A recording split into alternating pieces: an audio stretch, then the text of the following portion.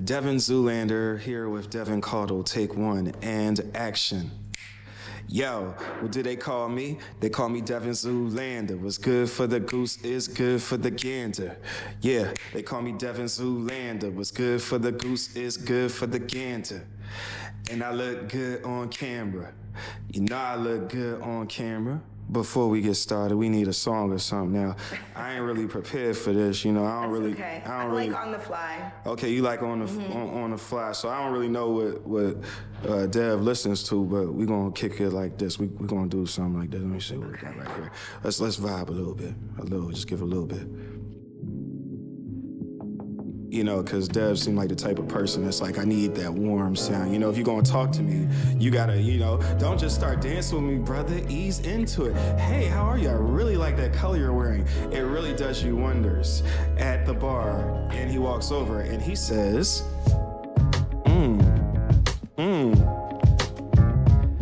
And this song is called Tell Him, Moonchild, featuring Layla Hathaway. I like it.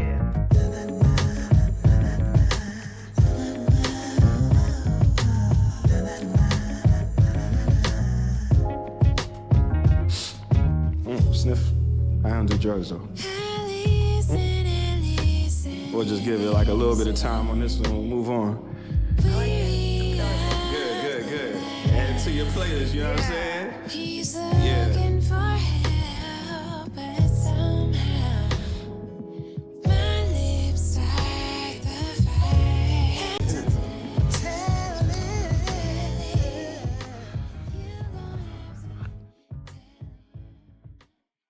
Yeah, that's how we fade up in here. Okay. Oh, one more. I'm sorry. I got to do one more thing real quick. It's a little bumpy, but it gets down. Like, let me. That's what editing is for. Yes, that is what editing is for. It's like you understand, like you get me. That's what I'm talking about. All right, let's see this. You know, I gotta put a little extra Philly on my voice so I know that I'm still from here. That's the best thing in the world. Like, you know, when I'm in Pittsburgh and they be like, "Are you from Philly?" I'd be like, "Yeah." Did you read my bio on my Uber profile? They'd be like, "No, I just hear it." I'm like, exactly. 13 years, I still got my shit. On my name. Exactly. Yeah. Put some respect on my voice. Yeah. Real quick. All right. Let's do this the right way. All right. Yeah. Okay, so we're feeling good right now. We're looking good. We're great. We both had the same name, but let me get into my bag real quick. Here we go right here. Okay, yo, what's up? It's your homie, Devyn Zoolander, coming all the way live from some placey thing in North Philly. When I was driving down, I was like, oh yeah, we live in North. Okay, so my guest here, you know, I'm like, all right, well, you know, a little sketchy. I mean, you know, she got like clear skin and everything, and she go on vacations and stuff, so she couldn't possibly live here. But then we get here, it's like, oh, okay, oh, Lord, I see what y'all did there. Exactly. I see what y'all did there. Okay. It's a hidden gem. It's a hidden gem, that's right. Well, the woman that I'm talking to today is someone that has become a good friend, someone that is supportive of me as I am supportive of her, someone that has her own business, which I really appreciate. I'm going to cheat real quick. Yes, CNC Property Management, Community and Care. For all of your real estate needs, we have a service here to help the Philadelphia community and those that are maybe interested in purchasing Airbnbs or other kinds of investment properties, starter homes, whatever you want to do. CNC Property Management, you know, we got it with that. And also, you are a commercial property manager, a luxury realtor, an investor, a business owner, and I have it on good authority that you are going to become very soon a snowbird. Without further ado, please put your hands together for the one and only Devon Caudle. Thank you. That was a lovely intro. Thank you. Thank you. No problem. So how are you today? Good. It's funny. Let's talk about. Let's rewind. You got it. You can't come in here disrespecting Eastern Lofts. So Eastern Lofts is actually one of the first luxury buildings in this area. Got you. We are in the border of Brewery Town and Strawberry Mansion. So right where Brewery Town ends and Strawberry Mansion picks up. This building was finished in 2016, and Black developers own it. Okay. All right. So- let me put some applause in. That's right. Yeah, I don't even know what's wrong with y'all out there making me disrespect where this woman lives and where this woman tells other people, yo, it'd be cool if you live here. Like, I gotta tell you, on our way in here, you know, you gave me good directions, like, so it wasn't your fault, but of course I messed them up. So we start walking down this way, and then we bump into this dude, you know, and you know, he had this albino Doberman that was at the door. He was like, yo, I mean, like, what's up with it? So, you know, but I asked, you know, where's the podcast studio at? And he told me how to get here, but he was a nice guy. Everyone's very friendly and neighborly. Yeah, and he told me that it's like mad creatives in here. Yes, Okay. a lot of Black creatives Yeah. live here. Somebody who owns a Black Philadelphia Urban Professional Network, someone else who throws a lot of events and has like a partnership with the liquor company, so he throws a lot of events. A lot of creatives live here. Okay, cool. Well, that's amazing, and it definitely is good for me to know that because it's nice to know where there's a place where you can just like walk around and see mad people that are working in the same or similar industry as you're working in. So the last time we talked, we covered a lot of things at Kismet Studios or Kismet Radio, and it was a lot of fun. Back then, though, you had a full-time job in addition to all of your other businesses. So what has changed since then? So I was working full-time for a developer in the city as a commercial property manager. Now I have actually made the switch to being a full-time entrepreneur as of December 15th, 2021. So, All right, well, I guess I got it.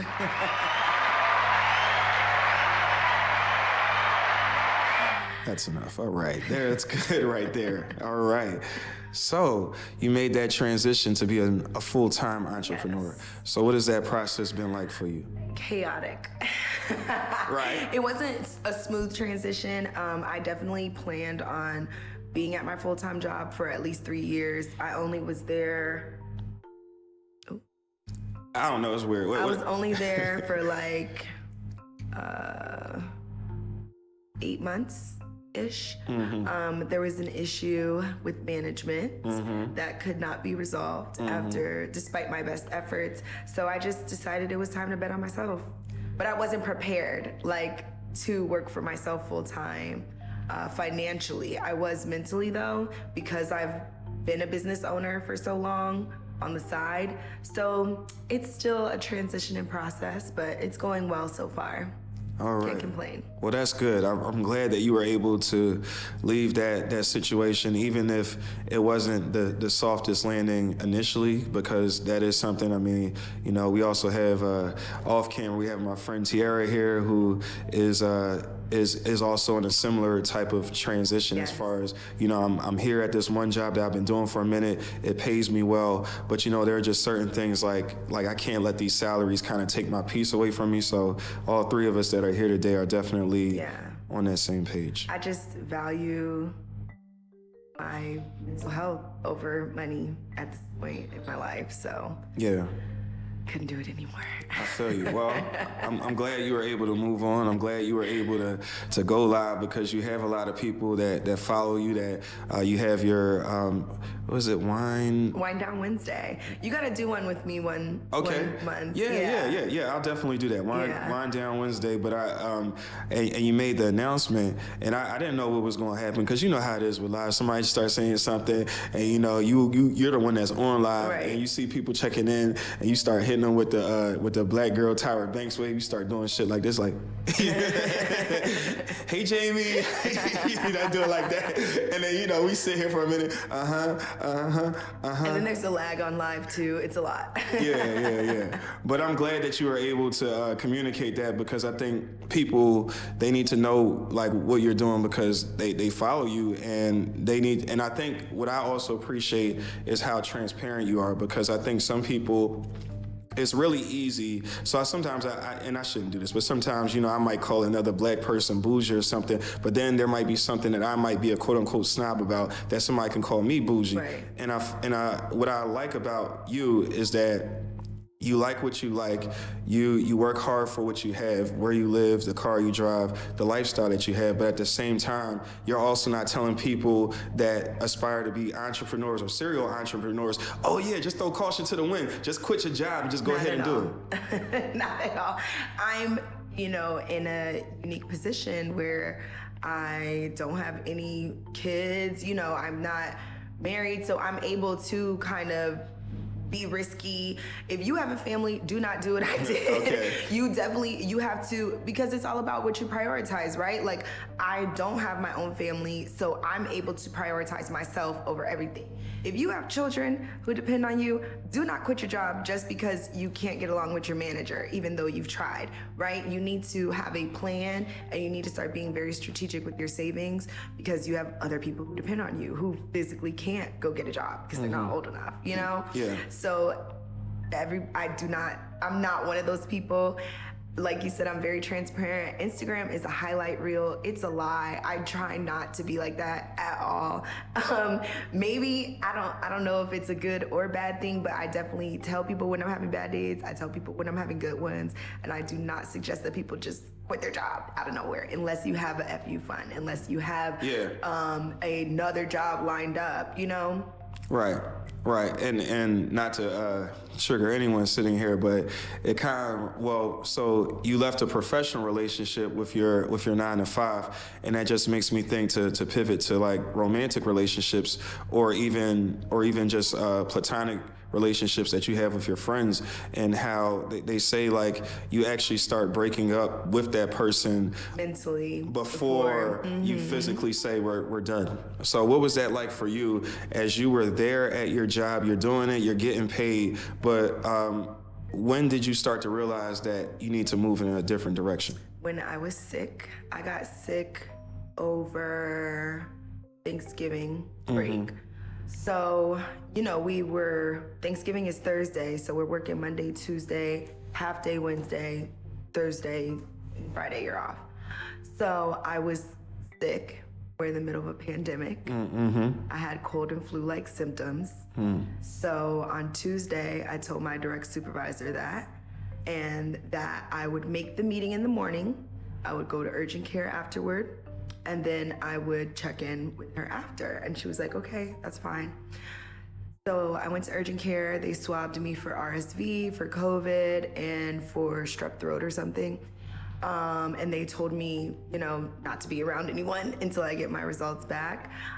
They gave me some prescriptions. So I let her know, I'm like, hey, I'm going to the pharmacy to get my prescriptions.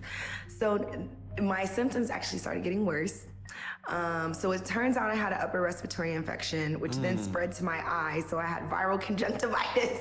It was horrible. I was not well at all. I was sick, and your ear, nose, and throat, all that stuff is connected. So my virus spread from my throat to my eyes. It was just a mess.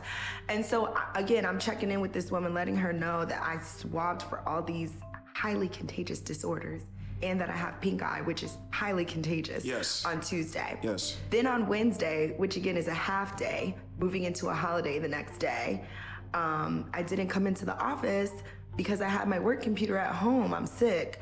And so I'm working remotely. And I don't know why it does that. Just keep talking. I don't know why. And she calls me and she's like, hey, I haven't heard from you. And I'm like, what do you mean? And she's like, well, I text you. So I checked my phone. It was 50 minutes ago. She literally texted me 50 minutes ago. Not even an hour had gone by yet that she hadn't heard from me. And she was just like, I haven't heard from you. I need an update. Like, what's going on? I'm like, what do you mean? You know that it's COVID and I just got swabbed for all these diseases. Not even just that. The week prior, the Monday before, she issued, but a lot of people were getting COVID in our office, and she issued out the email reminder, hey, if you're sick, stay home. Let your supervisor know and stay home. I'm sick. Why are you asking me where I am? Why are you acting brand new? Home, yeah. And she was just like, well, you can't be missing time. I'm like, what time am I missing? My computer's here. I'm working. And we're only supposed to work until 1 o'clock today. Like, what is the problem? What's the real? And again, this is all built up because we did not get along. This woman did not like me. And again, you don't have to like everyone you work with, but this is my direct supervisor. This is my direct report. This is my team lead. This is someone I'm supposed to be relying on for support and check in with when there's issues, right? So you're making me hella uncomfortable. You're like asking me about what type of medications I'm on. She's like, well, didn't they prescribe you antibiotics? That means you're not contagious anymore. Why are you asking me what kind of prescriptions I'm prescribed? Like, that's a HIPAA violation, ma'am. Let's talk about that. So she's just like literally on the phone harassing me while I am pretty much on my deathbed and still trying to respond to tenants and do reports before we go on vacation. I'm really trying my hardest while I'm down to not only get y'all, not get y'all sick, but also give y'all the things that you need and that our tenants need. I just couldn't take it anymore. After I got off the phone with her, I issued my 2 weeks notice. Like, I just couldn't do it. The constant harassment, the being treated differently. Like, why would you send out an email to the whole staff saying this is the procedure, but then when it comes to me, the procedure is different? It doesn't make any sense. You know, I was literally targeted, harassed, and treated differently by this woman. So I just had enough, and I put in my notice Thanksgiving. Wow. Well, first of all, thank you for sharing that, because, you know, that is a whole lot. And it was traumatic. Like, it was a lot. Like, I already couldn't go to Thanksgiving dinner with my family because, again, I'm putting everyone's safety first. You don't get the results on these tests until like 2 days, 3 days after you take them. So I'm missing Thanksgiving with my family. I'm not in the office because I don't want to get y'all sick. And then you're calling me, harassing me about it. It was just weird. It was a very weird, uncomfortable situation. And it, you know, it was really traumatic. Like, and I had just had enough. Yeah. Nah, I feel you. I think J-Lo had a movie like that. All right, but anyway, yes, I got, for different reasons, but yes, I got you. That is crazy. I just wanted to, before we leave your previous place of employment, I just wanted to know, demographically or within your department, what does it look like racially? Oh my gosh. So on my floor is construction and property management. Everyone's white. Everyone. Men, women, everyone's white. And of course there are more men than women because this is a commercial developer. So commercial real estate is an old rich white man's game. It is. It has been for years. Now the people who I worked for, they were not old, but they were rich and white. And everyone in my department, like I said, there were 5 men and 3 women, including me. And like I said, everyone else was white. Now in the accounting department, it's a little more diverse. There's 3 black people in the accounting department and everyone else is white. And it's more mixed, male and female. So that's a little more diverse. But on my floor, on my team, severely outnumbered. Right. Super white. And not even that there were other issues with that too. Like, this company was really big on having like team happy hours and team events. So it was open to everyone in the corporate office, but they would never invite any of the maintenance team to any of these events. And you can take a big, huge guess. Yeah, so they used to have all these events where they would have team happy hours and team mixers, and they would never invite maintenance. That's whack. And the entire maintenance team was black. So it was definitely giving unconscious bias. Yes, definitely. All right, and you're in the race of your direct supervisor? Caucasian. Okay. A white woman. Okay, got that on the record. All right. Well, I mean, and it's funny because, you know, people, you know, they might say, and it's the worst thing in the world, whenever a black person says to another black person, "Are you playing the race card?" It's like, you know, that's like white supremacy. You know, we didn't create race. Right. We just showed up and we was just black. Like, and everybody came from us. We didn't create this shit. We didn't create the division. We didn't create the classism. We didn't create none of this. Definitely giving classism as well. Like, not, because maintenance, they have in the property management multifamily space, there's a stereotype for maintenance people, right? You know, it's blue collar work where everyone in the office is white collar, right? So it was definitely giving classist and racist when they weren't inviting these guys to any of the team meets. And they were like, well, sometimes there's issues with maintenance. Like, what kind of issues? What are you trying to say? Yeah.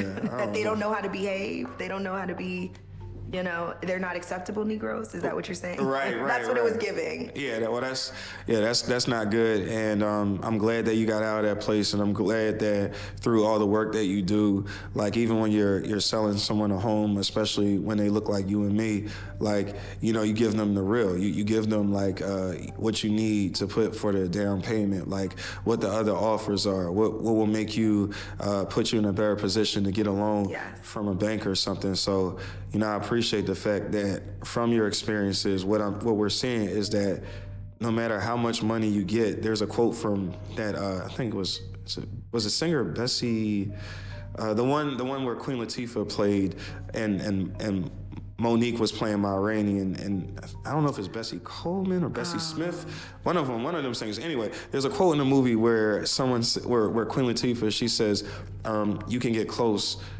but not too big, or you can get big, but not too close. Yeah. So it's kind of like that about how even if you're in a quote unquote executive position, if there is someone, not necessarily just because they are of a different race, but if culturally, if there's things that are different and those things aren't really checked and they allow those things to influence the way that they deal with you, then micromanaging, it just doesn't stop at like, oh, you work at McDonald's and your boss is like telling you, hey, you need to be here on time. Like you can't call off anymore. Like it happens at the highest level for us too. Right, exactly. Yeah. Well, that's enough time for that. Let's talk about. Let's move on. Well, that was. I'm glad that we got that out. I felt like that was, even though I didn't go through it, it was therapeutic for me too to listen to you. So to move on, full-time entrepreneur. Tell me what your day looks like. A typical day. So I live and die by my Google Calendar. So as soon as I wake up, I see what I need to do for the week because I have pre-put everything in. If I don't, as soon as someone needs something, I have to put it in my calendar to stay on top of it. In real estate is sales, right? So there's, you have to follow up with people, with your clients, and also with the support staff that you've provided them. So the home buying process, when someone wants to buy or sell a home, right? Particularly buy, they need to speak to a lender if they're not paying cash.